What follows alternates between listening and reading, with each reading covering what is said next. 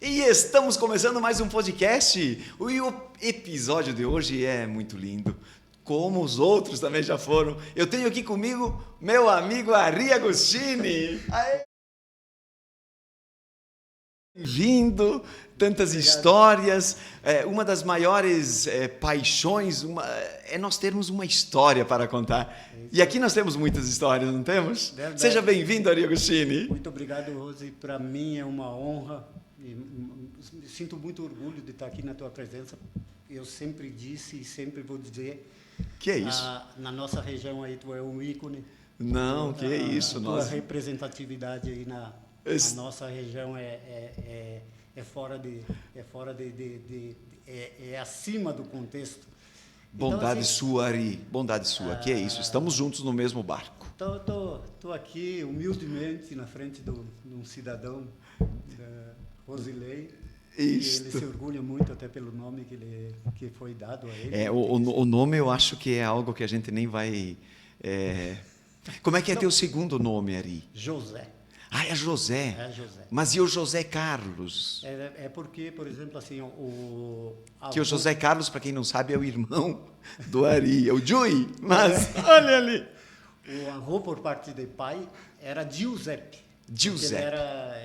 Ele veio lá da Itália, né? Uhum. Então, José era o significado de Giuseppe aqui para o português, né? Sim.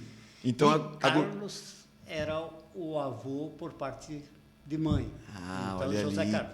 E até vou te contar uma história. Opa, já vamos começar. Isso. Até os padres aqui que faziam parte das capelas e, por exemplo, de descanso que era, eles sempre tinham que ter um santo ligado ao nome. Sempre tinha que ter. Porque até eu recordo que a mãe, aquela vez que queria colocar, que foi para colocar o nome de Osmar para o meu irmão, Sim. o padre disse assim, tem que procurar um santo para botar junto. Então ele é Osmar Antônio. Ah, e o segundo nome. Exatamente. O meu segundo nome é Luiz, Luiz, que é o que me salva. Bem provável hoje que também tenha acontecido. Tem algum santo. Porque tinha umas regras antigamente, né? Mas também tem assim, eu não sei se Luiz, você tem o Santo Luiz, mas vai ter então que sou eu, né? Então, Roselei Luiz, Não, porque às vezes... E até para mim, Rose, tu tá levando o segundo nome que eu acredito muito que o Padre Luiz, que era teu Do Padre tio, Luiz, isso. E que ele para mim, minha opinião, ele para mim foi um santo. Poxa eu vida. já te falei em relação às doenças que eu tive e quando tu tá te afogando, aí tu te agarra em qualquer coisa. Então, Isto. a primeira coisa que eu disse, o Padre Luiz vai me tirar dessa Sim, situação. sim. E essa fé. E o Padre Luiz, ele tem muitas histórias. Não faz muito tempo que veio um ônibus de Porto Alegre. Não sei se tu estavas já em São Valentim de volta. Eu acho que não. E todos eles tinham uma história para contar do Padre Luiz. Então, essas histórias são muito lindas. Ele, Rosilei,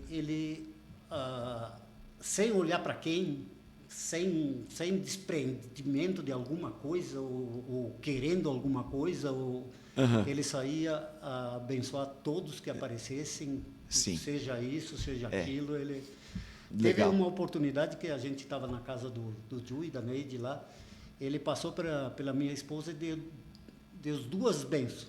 Sim, isso ele fazia muito. E hoje, de vez em quando, eu falo tchau também 2 vezes. Então Cumprimento 2 vezes. Então é natureza. Nós estamos indo naquele caminho. Ari, quantos... São três irmãos e 4 irmãs. Peraí que eu estou enganado aí. Não, é quatro homens e 3 mulheres. Isso. A televisão já tinha chegado naquela época, estava chegando. Estava chegando. No finzinho.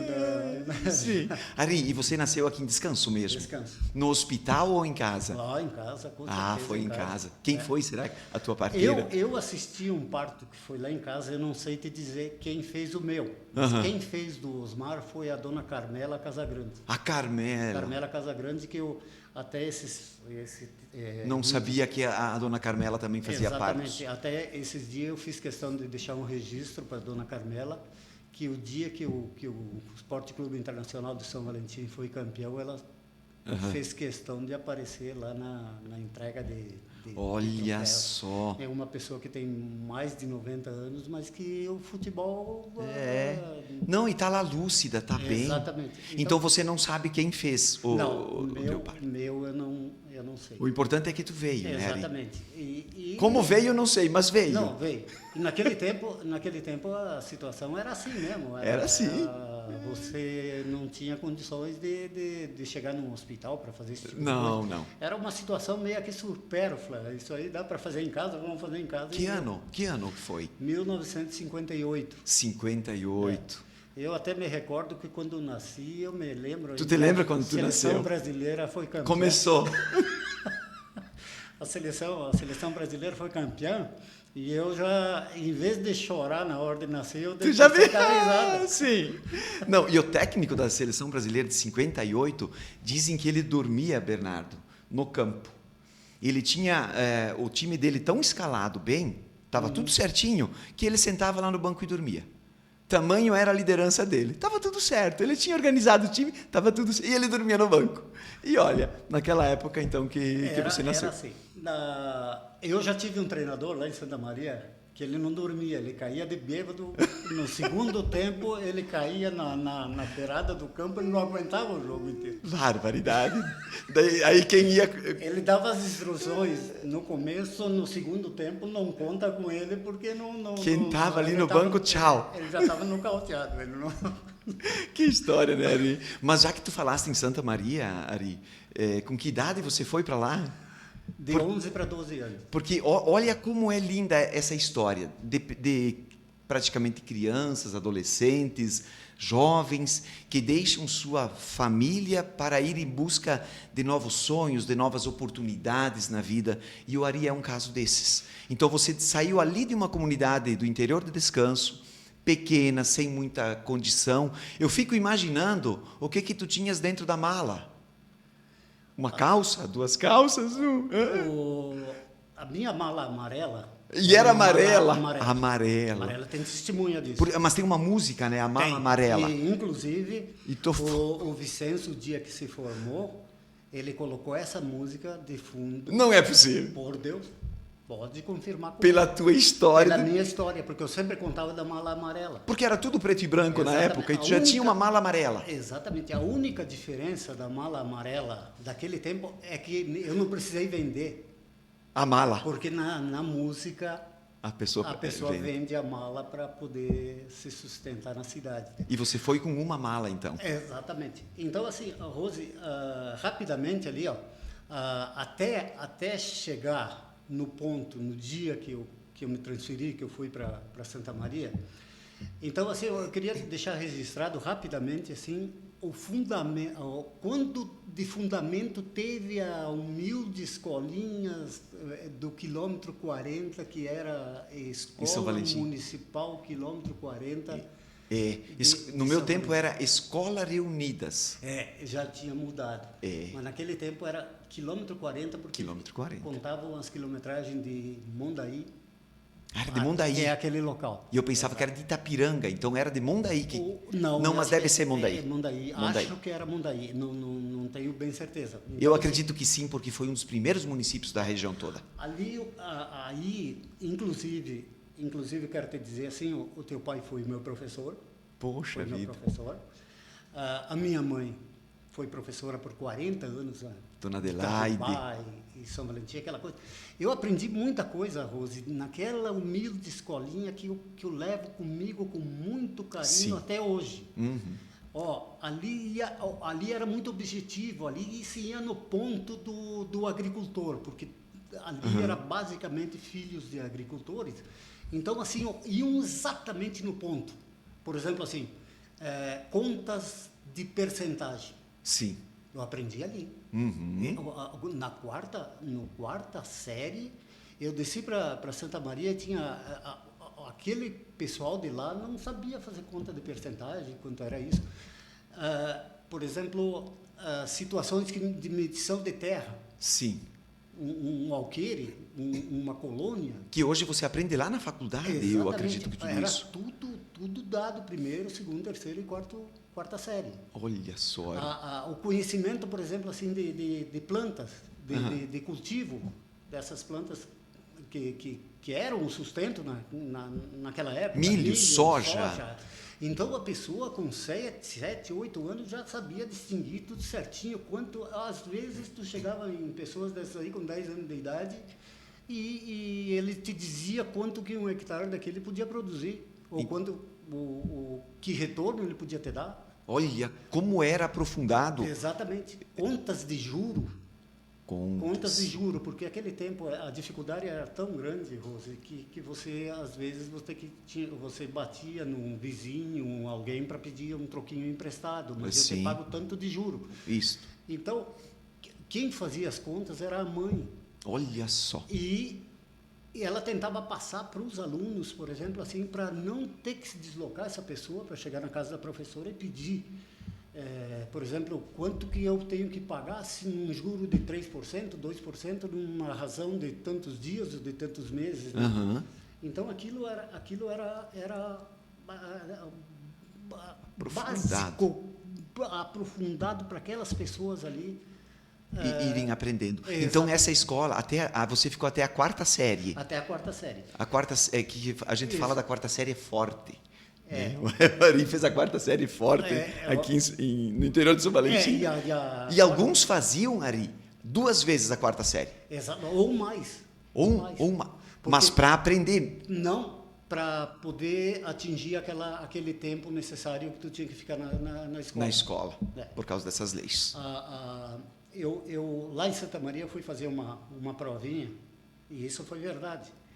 Fui fazer uma provinha para ver, por exemplo, a situação de cada aluno, porque quando você dá um curso, você tem que saber o mínimo e o máximo. Sim. Aonde chegou, aonde eu tenho que ver. E eu tenho que começar pelo mínimo. Sim. Eu não posso começar pelo cara que sabe tudo. Tenho que começar pelo cara que não sabe nada. E fiz uma provinha e perguntei para o cidadão lá. Ele não tinha acertado nenhuma. Daí perguntei, mas o senhor foi na escola? Fui na escola. Quanto tempo o senhor ficou na escola? Fiquei 6, 7 anos na escola. Uhum. Mas o senhor devia ter algum conhecimento um pouquinho melhor em relação ao que o senhor respondeu. Ele disse, não, fiquei 7 anos, mas quando passei para o 2º ano, a mãe me tirou. Uhum. Então, na realidade, ele ficou 6 anos no primeiro.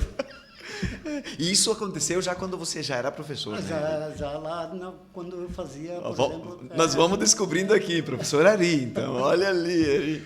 Daí, e Rose, uma situação, certa vez eu te falei, naquele tempo o meio de comunicação era através de carta. De cartas. Não existia. Mas Ari, então tu saíste de São Valentim, interior de Descanso, para Santa Maria, tu tinhas 13 anos.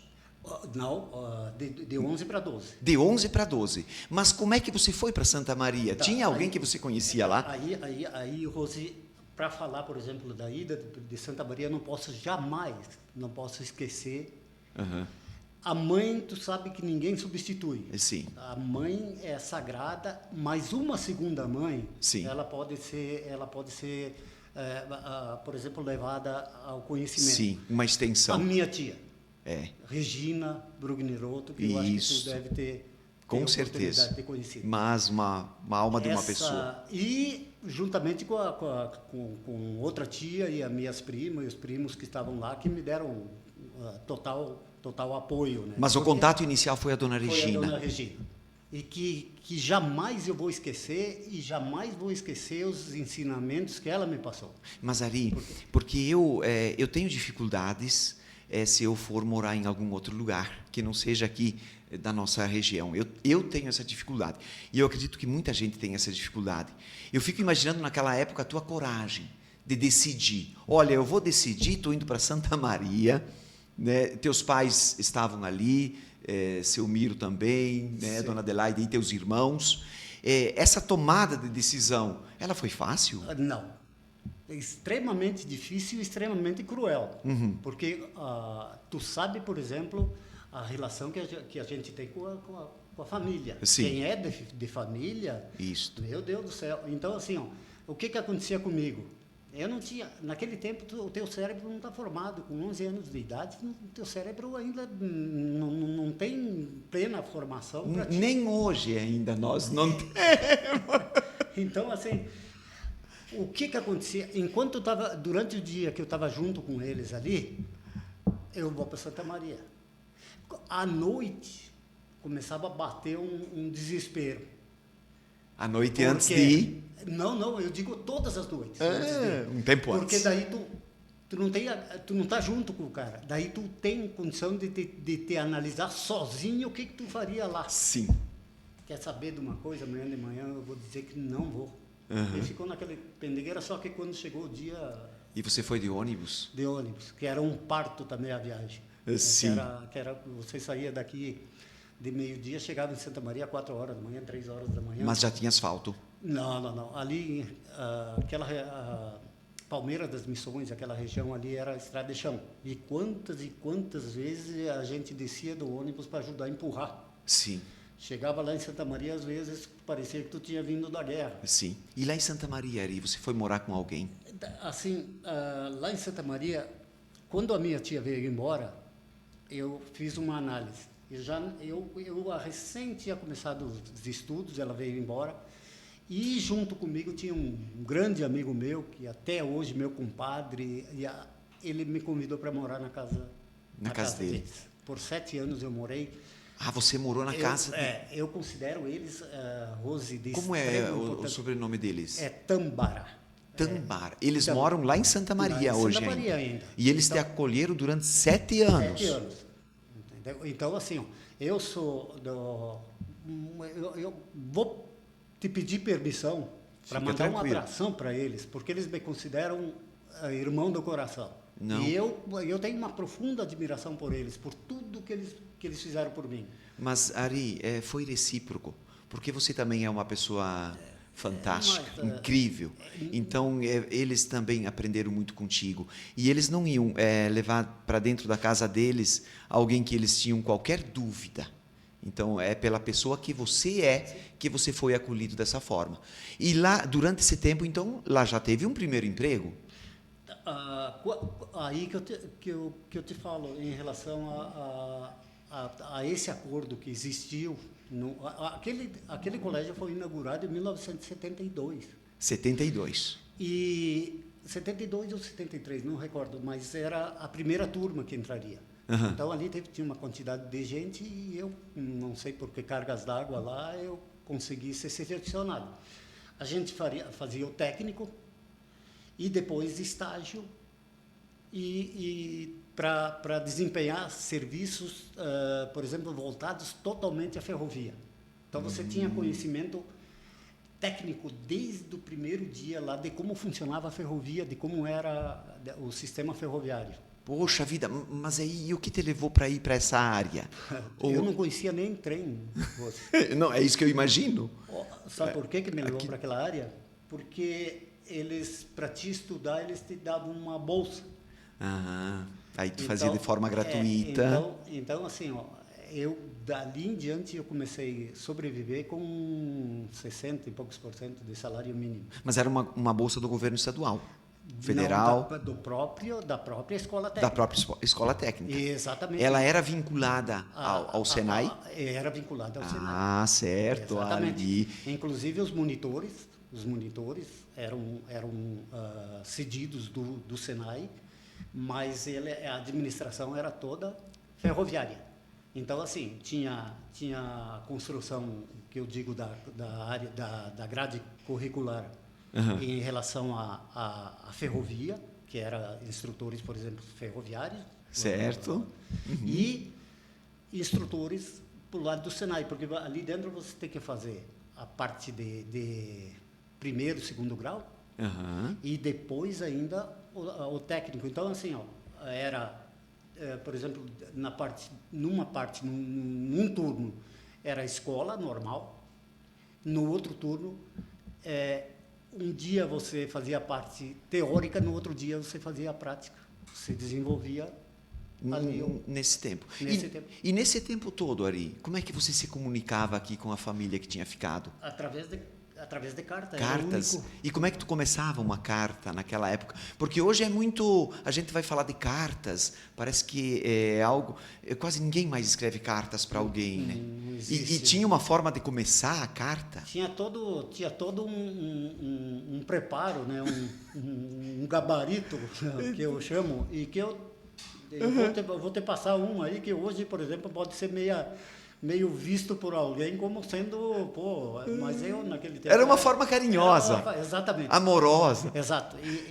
Por exemplo, quem fazia era a minha mãe, que era professora. Então, ela não ia ver se eu era menino, se era menina. Criança é tudo igual. É claro. Entendeu? Então, claro. mas assim, Rose, a carta necessariamente, se você não começasse assim, você perdia nota, não valia nada. Era que nem uma redação de hoje para uma pessoa que está galgando aí a universidade. Sim, sim. Né? Então, assim, muitas e muitas cartas, e ela me cobrava se eu lá de Santa Maria não mandava daquela forma, porque ela mandava daquela forma. Então era uma espécie de cabeçalho, era padronizado. Exatamente. Você se lembra como era escrito? Eu vou tentar me lembrar, Rose, mas era assim, ó. Vai tranquilo. Mais ou menos, um pelo menos deles, porque tem vários, tinha vários. Por exemplo, assim como as lindas rosas abrem suas pétalas para receber o orvalho da manhã, eu também abro o meu coração para escrever-vos ou direcionar as notícias que aqui de saúde perfeito, tudo certo, tudo tranquilo, e depois seguia o milho está bonito, todo aquele processo Você ia... da planta. O enredo, o desenvolvimento, mas começava dessa forma. Exatamente, que era sagrado. Uma forma poética, bonita, romântica. Ou todas as vezes que a saudade me aperta o coração, que é normal, mas hoje, sobretudo hoje, se potencializou aquela saudade, então estou pegando, naquele tempo ainda se falava em pena. Pena. Estou pegando a pena para escrever-vos que de saúde a gente está bem, aquela coisa toda. Poxa vida! E a alegria ali de quem recebia uma carta. Era porque era uma festa. Era meio poético, né? Era um início de um poema, na realidade. Meu Deus! Né? Por isso que a gente hoje a gente até fica meio assim, né? Porque o mundo mudou. Sim. Entendeu? Sim. Se você, por exemplo, assim, espalhar muito por aí, começar a dizer assim, não, eu escrevo carta desse jeito, daquilo, o preconceito até em relação... Claro, com certeza. A tudo, situação. né? Mas era divertido. Eu te digo, naquele tempo, aqui em Santa Catarina, não tinha luz. Sim. Mas a gente era feliz por demais. Era demais. E Ari, então, você estudava, morava na casa desses teus amigos, estudava, e logo você começou a trabalhar? A desempenhar aquela função que eu tinha feito nessa escola técnica aí. Como estagiário? Como estagiário eu fiquei 1 ano. Ah, ficaste 1 ano como estagiário. E depois, aí você tinha a tua carreira. Uhum. Aí era artífice 1 a 2, começava artífice 2, artífice 1, supervisor imediato, supervisor de núcleo e supervisor geral. Sim. Foi os cargos que ocupaste lá dentro. Que eu ocupei. Grandes cargos. E juntamente com isso, Rose, por exemplo, assim, a gente ministrava cursos de aperfeiçoamento de mecânicos ferroviários, cursos eu acho que certa vez eu te mostrei uma caminhonete que a gente colocava rodinha na roda, de me mostrou. trem, tal. Então, assim, aqueles cursinhos porque é muito específico. O serviço ferroviário é muito específico a ponto da minha recusa por diversas vezes que o Senai de Curitiba contactou para ver se eu me dispunha a chegar lá e dar cursos que Olha só.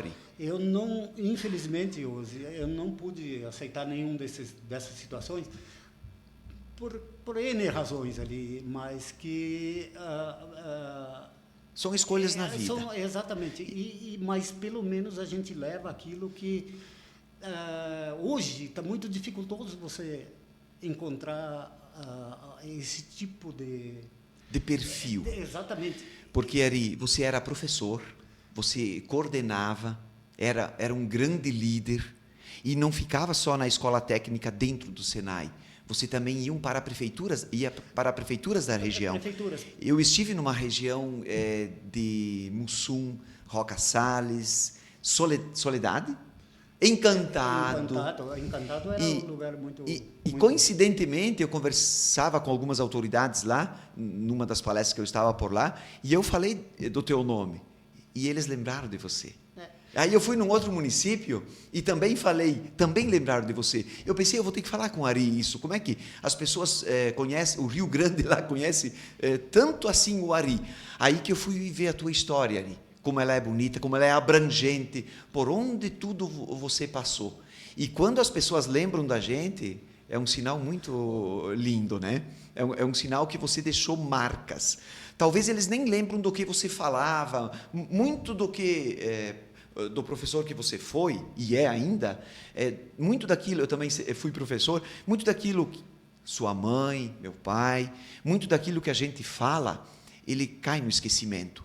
Mas a gente não esquece o jeito dos nossos professores, o jeito que você tinha como professor, eu, meu pai, a sua mãe, os professores que hoje nos ouvem, podem ter certeza que o jeito de vocês é que inspiram os estudantes, os alunos, porque é por meio desse jeito de falar, de motivar as outras pessoas de alguma forma, que a gente deixa a nossa marca.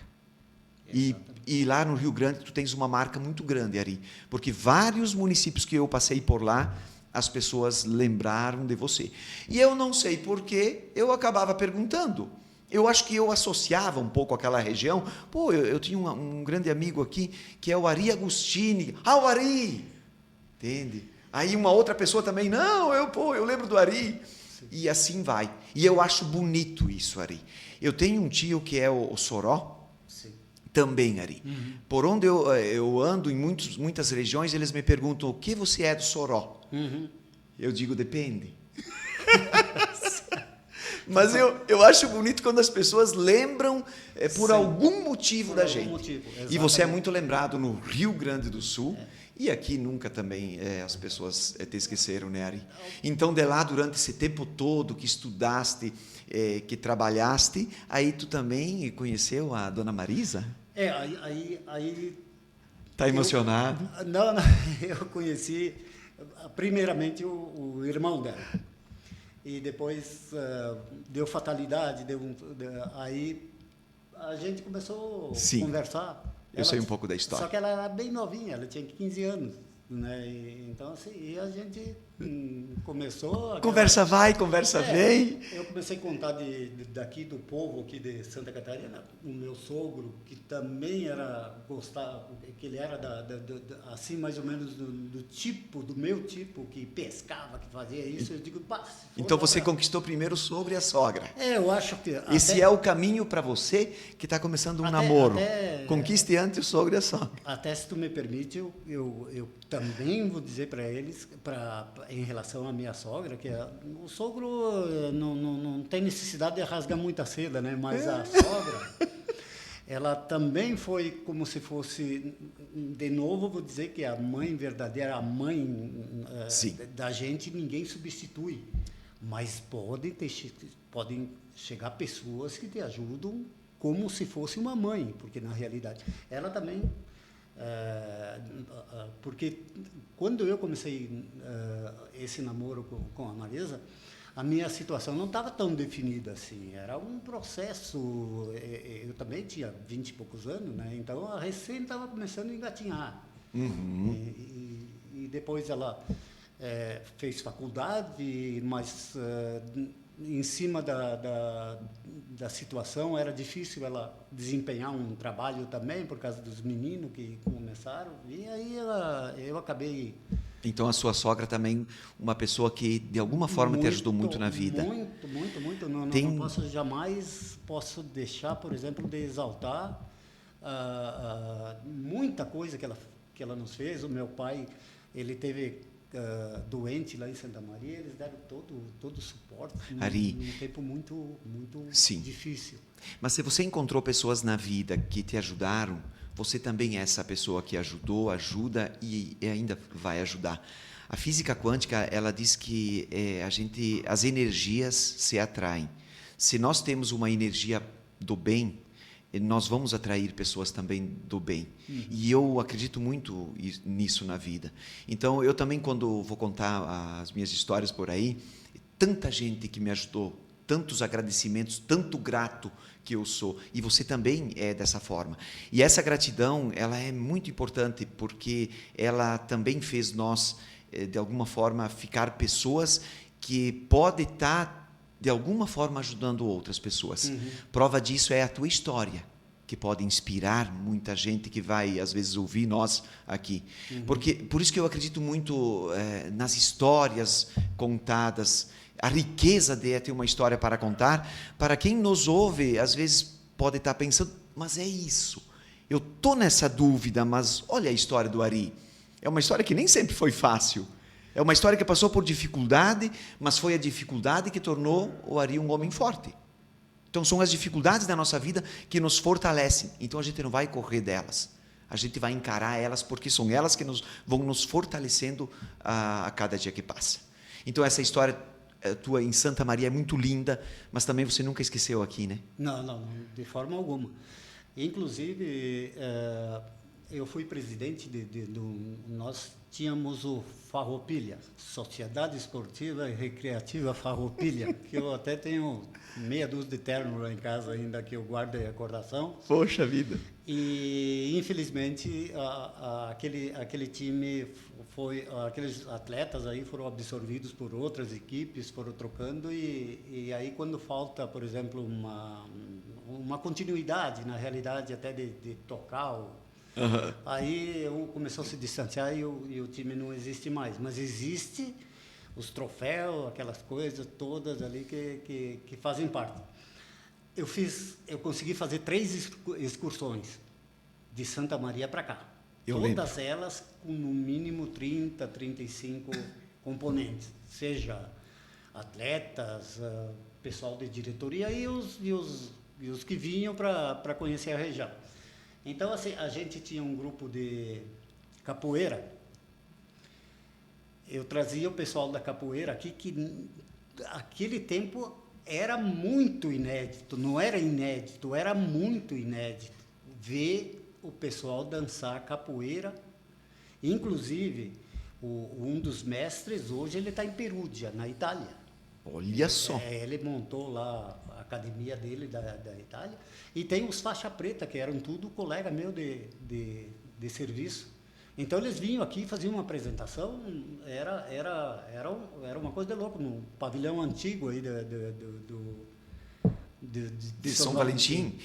Ari, mas talvez o primeiro tenha sido no antigo. Os outros, eu creio que já foi no ginásio. Eu não recordo bem. Eu lembro que lotava. Ah, sim.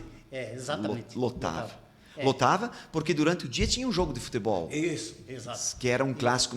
Então, na época, tinha a rádio. Isso, a rádio ia lá e... Eu tinha 18 anos, Ari, e eu ficava sempre olhando aquilo.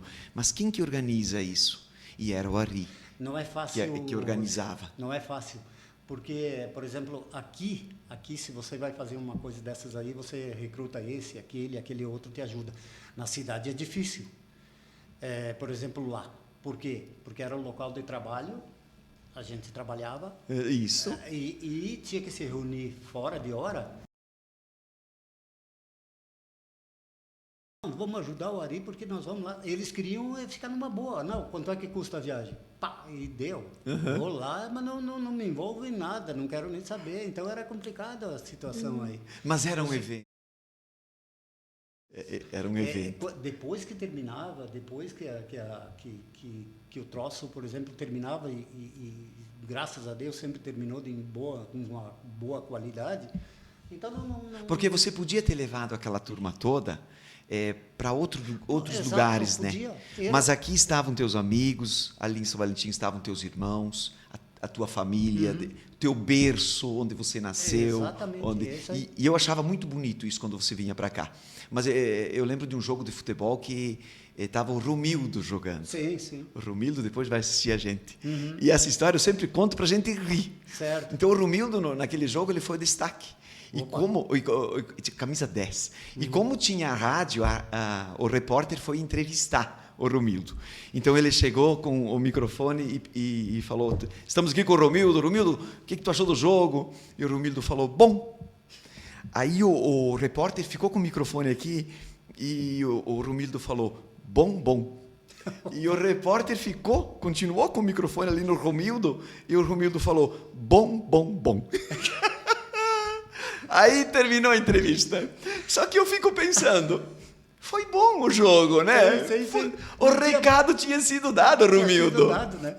O repórter que não entendeu, né? Exatamente. O Romildo, gente boa. Às vezes aí eu não preciso tu espichar muito uma situação para dizer que a coisa aconteceu e de a contento, né? Ele foi direto ao ponto, né? Exatamente. Como é que foi o jogo? Bom. Bom, e acabou a história, né? Mas era um evento, eu gostava de tudo isso. E eu te parabenizo por ter feito tudo isso, porque hoje talvez, e muita gente vai lembrar desses eventos, foram 3 vezes, eu até pensei que eram mais vezes. Então foram 3 vezes que vocês vieram de lá para cá. 3 vezes, E numa ocasião eles foram lá para Santa Maria. Isso. E eles foram jogar. Eles fizeram um jogo, não sei quem tratou esse jogo, porque não fui eu, com os deficientes auditivos? Eu não queria ver mais ou menos qual é a palavra de fala. Não falava. Não falava. Ah, certo. E esse pessoal aí, eles jogavam pesado. Jogavam pesado. Ixi, nós já tínhamos feito uns amistosos com eles desciam a lenha. E daí não deu muito certo, Ari? Não, eles só reclamaram, porque eles chegaram lá tudo meio com as canelas roxas. Quebrados. Que o cara, quando não consegue se expressar, sim. Isso é fato. Ele não consegue se expressar, ele não consegue te dizer, eu quero que eu vou reclamar com o juiz ou reclamar com alguém. Sim. Ele perde a paciência, cara. Ele vai no jeito que ele acha que tem que ser. Então, ele entrava meio ríspido e tal. Isso. E daí os caras chegaram lá. Eu, casualmente, estava no clube lá, ajeitando as coisas. Eu não vi, mas o pessoal chegou lá e disse, cara, nós vamos jogar com os caras lá. E os caras baixaram a lenha aí, nós aí. Então... Faz parte, faz parte, é o jogo. Ari, e lá em Santa Maria formaste a tua família. Exatamente. Lorenzo, Vicenzo, Marisa. Poxa vida. Tu me permite eu te falar esses dias o Fernando esteve aqui, né? O Fernando Basotti. Eu vou te contar uma passagem que aconteceu. Ele desceu lá, a Gisele foi fazer uma consulta. Desceu ele, a Aninha e a Gisele.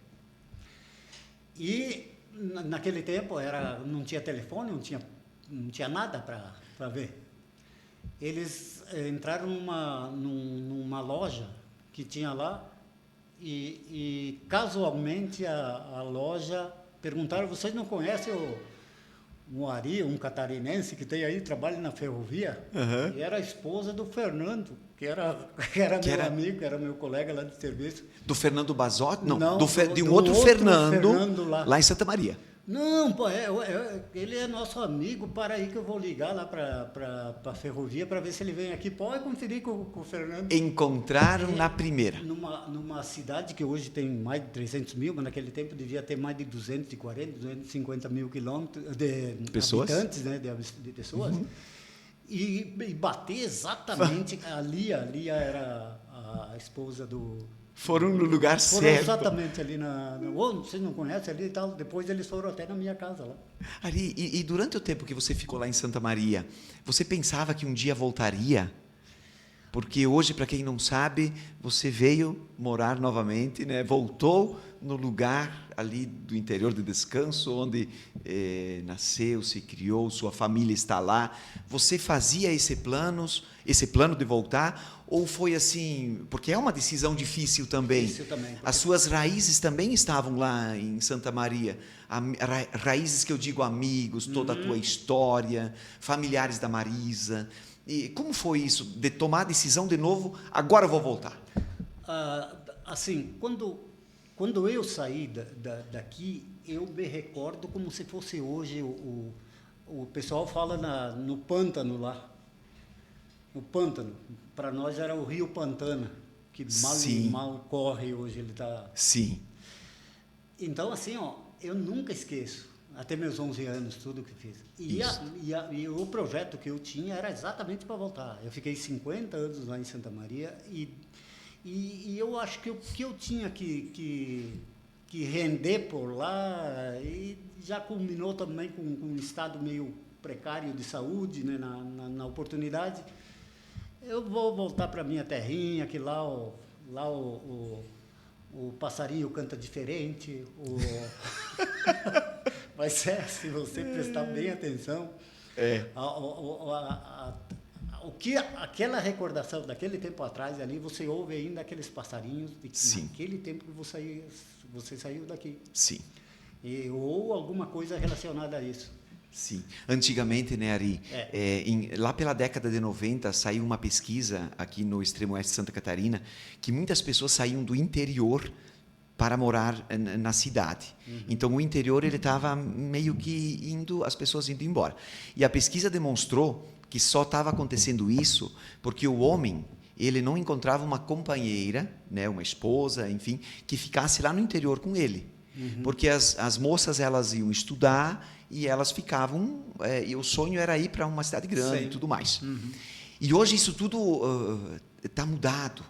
Hoje o grande luxo é a gente ter uma chácara lá no interior. O grande luxo é a gente estar num lugar que a gente tenha paz. Né? O grande luxo é às vezes sair, né, de um centro maior e estar num lugar mais tranquilo. E somado a todos esses luxos, o luxo das pessoas que estão e que moram nesse lugar, né, ali em São Valentim, onde eu também me sinto em casa e sou de lá, enfim, né? Isso aí, Rose, fecha exatamente com o teu podcast, que é a felicidade. Isso. A felicidade, a pessoa que é feliz, ela tem uma constância, ela vai numa linha constante. Sim. Ela vai chegando.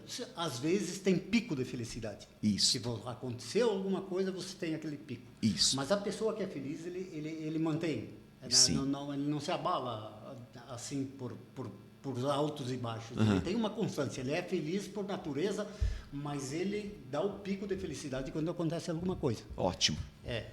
Para mim. Então, assim, se você é palestrante, se você hoje está fazendo podcast, por quê? Porque alguma coisa a mais que te deixa feliz, e é assim que funciona, é alguma coisa a mais que você criou, porque você é feliz. Sim. No que você faz. Mas se eu fizer alguma coisa a mais, eu vou ainda mais. aquela Gostei. Aquela Gostei. noção que tu tem de felicidade. Eu acho, porque o que eu digo assim, a pessoa, às vezes, por exemplo, assim, quantas e quantas vezes você não ouviu assim, alguém dizendo, eu era feliz e não sabia? Essa expressão já, né? Essa expressão é muito antiga e muito usada. Eu era feliz e não sabia. Porque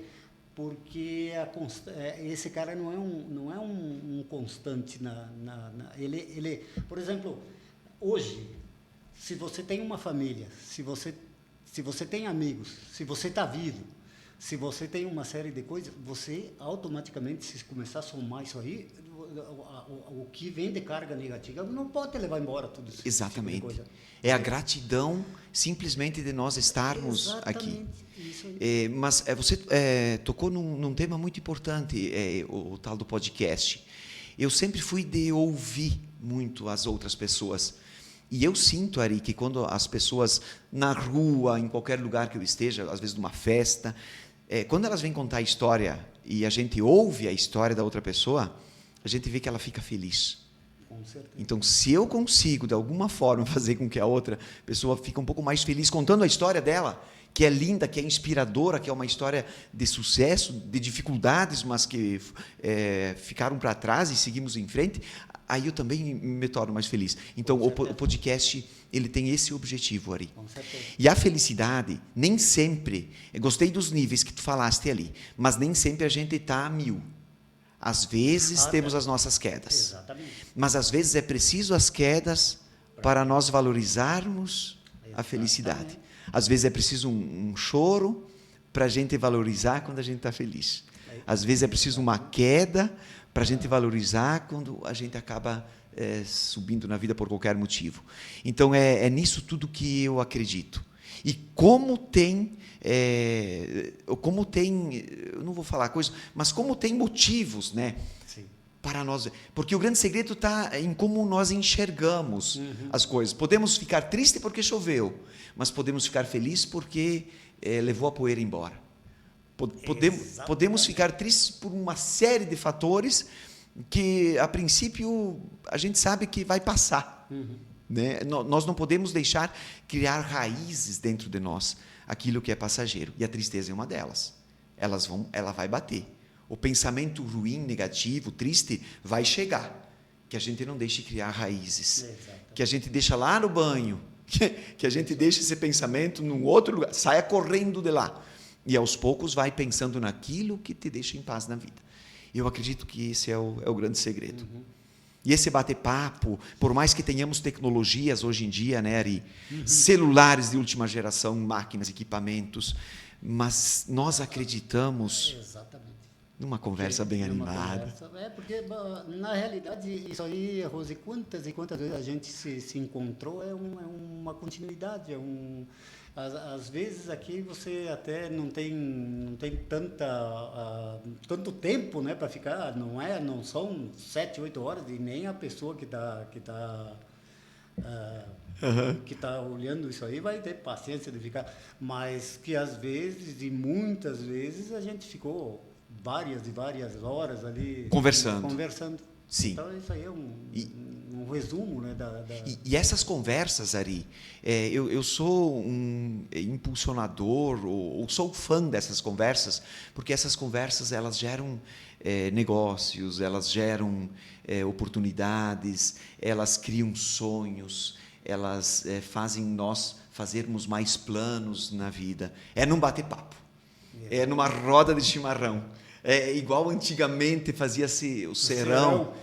Rezava-se o terço, tinha lá um pipoca, pinhão, amendoim, um fogão a lenha, que a gente consiga, de alguma forma, recapitular tudo isso. Talvez, se não for daquela forma, mas outras formas existem nos dias de hoje. É isso aí.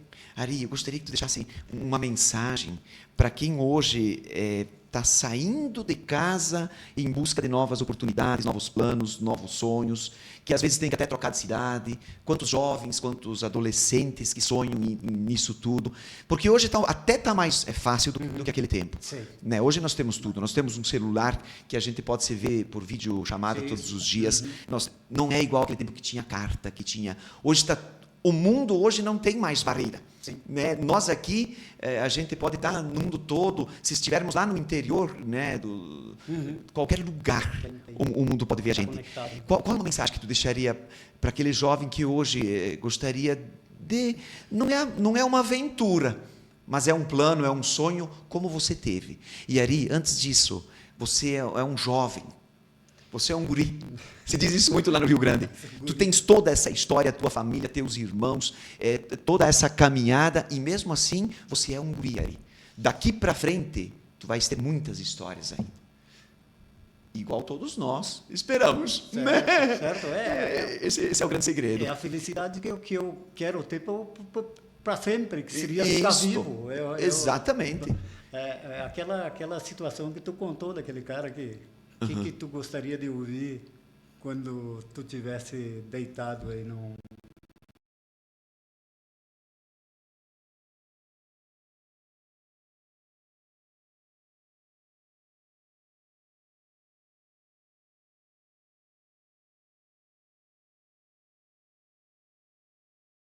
Ah, tem essa história? Ele está se mexendo, ele está vivo. É que a pessoa, ela diz, no dia que você partir dessa vida, o que você gostaria que falasse de você? Exatamente. Aí um falou, olha, eu gostaria que dissesse, era gente boa, tinha um coração enorme, sim, mas infelizmente você foi. Sim. Aí chamaram outro, e você, o que gostaria que falasse naquele dia? Eu gostaria que naquele dia alguém falasse ao meu redor, agora que ele estava bem, você foi. Aí chamaram o terceiro, era um amigo muito alegre, animado. Sim, sim. Você, o que quer que fale de você naquele dia? E ele disse, naquele dia eu gostaria muito que alguém que estivesse ao meu redor olhasse para mim e falasse, olha, ele está se mexendo. Porque ninguém de nós quer ir. Não, né? não. Às vezes na palestra eu pergunto, quem quer ir para o céu?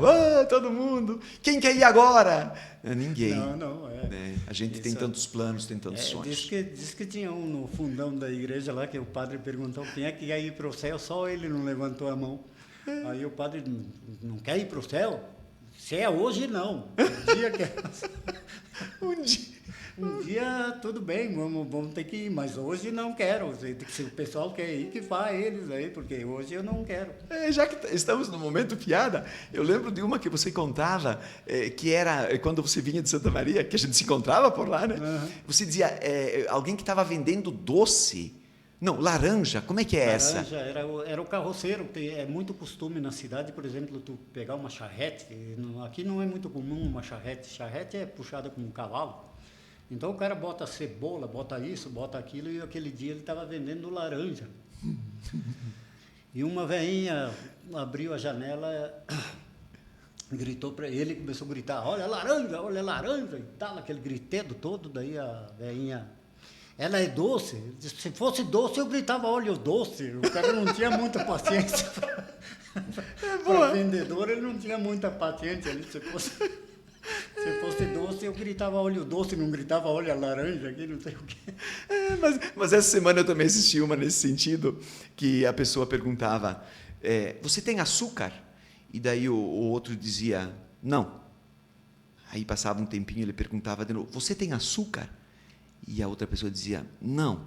Aí na terceira vez ele disse, você tem açúcar? E ele disse, olha aqui, rapaz, se você não parar com esse negócio, eu vou te dar um tiro. Daí ele disse, passou um tempo e ele perguntou, você tem arma? Ele disse, não tem. E açúcar? Não são boas essas piadas, mas elas estão em alta hoje em dia, né, Ari? Tem que ser. Eu acho que enquanto tu está contando uma piada, vai passar só coisa boa pela tua memória. Boa! Exatamente. Boa! Vai passar alguma... se ele me contou aquela, eu vou ter que te contar outra. Não passa coisa ruim nesse... Exatamente. Se tu passar o dia inteiro contando piada, eu sei que de noite tu vai dormir tranquilo, que não passou nada, tu não te estressou, tu não aconteceu nada contigo. Show de bola. Não canto só por cantar, nem por saber cantar bem. Canto só para aliviar as dores que meu peito tem. Então, se tu está contando piada, se tu está cantando, tu está feliz. E as dores, as dores vão indo embora. Isso aí que eu te digo é o pico da felicidade. Boa. Que se tu conseguir fazer isso aí 24, não digo 24 horas por dia, mas se tu conseguir dar esses picos de felicidade, ótimo, Ari. Tu vai chegar, a média vai ser maior do que aquele que é constante, que ele tá. Ótimo. Uma pesquisa feita nos Estados Unidos com pessoas que estavam em fase terminal. Então a pergunta era o que mais te deixou feliz na vida? Pessoas que já estavam partindo dessa vida. E em primeiro lugar apareceu lá gargalhadas dadas com amigos. Não foi um negócio bem feito, não foi a compra de... Foi gargalhadas dadas com amigos. Essa pesquisa me chamou a atenção e é bem certo isso que tu falas aí. Por exemplo, Rose, eu vou falar em relação a mim. Eu não vou falar na idade do Bernardo, não vou falar em relação à tua idade. Mas para mim, aqui há 100 anos, a casa que eu tinha não vai ser minha. Uhum. A terra que estava no meu nome não vai ser minha. Uhum. Se o meu carro existir, vai ser na mão de um colecionador. Uhum. Não vai ser meu. Sim.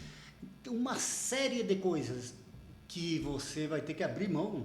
Não tem o que fazer. Não tem o que fazer. Vai ter que abrir mão.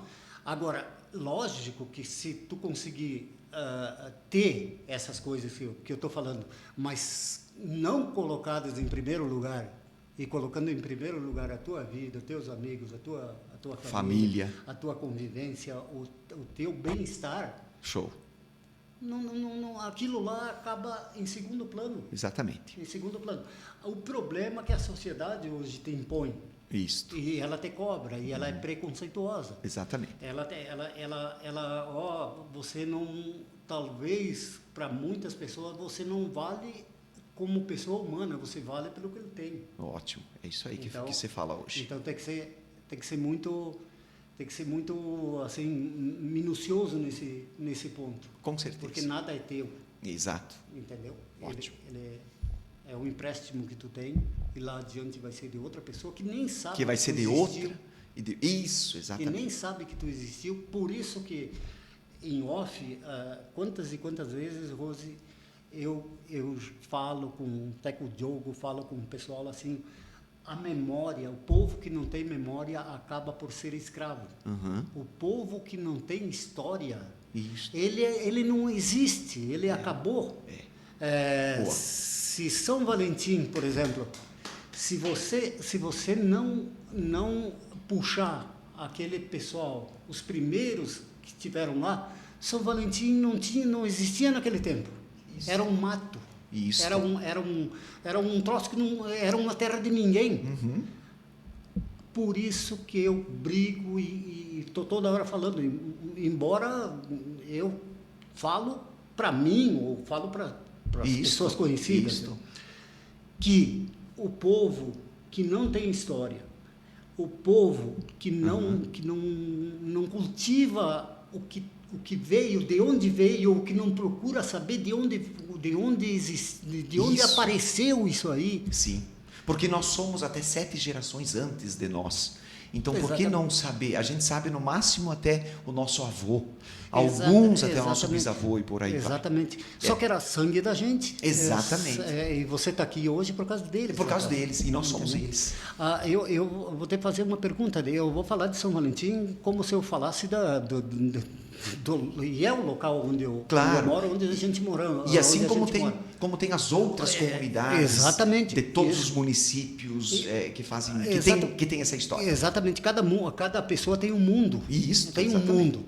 E eu falo de São Valentim, por exemplo, assim, quem se lembra daquelas pessoas que saíam 3, 4 horas da manhã na estrada de chão, que vinham aí, muito dificultoso o que era, por exemplo, promover uma festa, e naquele tempo a festa era bem voltada para manter comunidade. Aquela instituição, aquela comunidade. Sim. Né?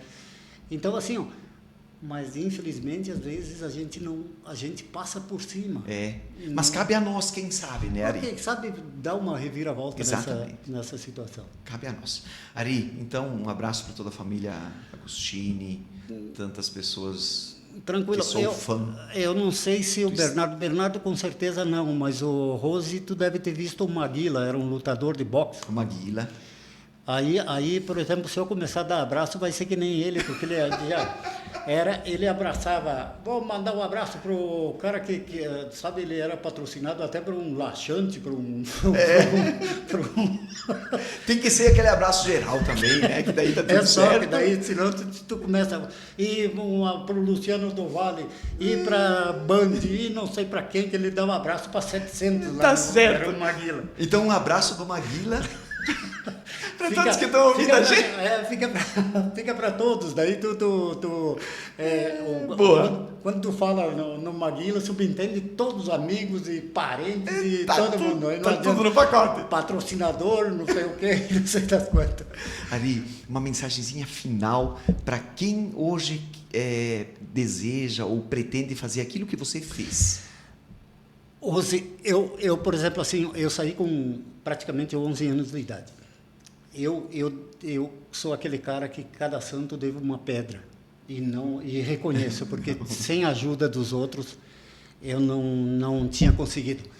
E mais, persistência. Você tem que ser persistente, porque senão você abandona.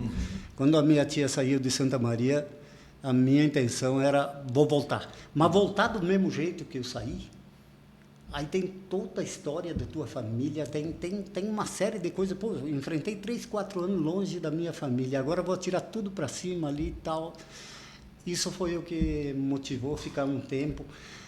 Tem contra aí, tem prós e tem contra aí. Os contra, longe de família, tu vai ter que decidir por ti. A tua história, tu tem que decidir ela, não tem ajuda disso, daquilo.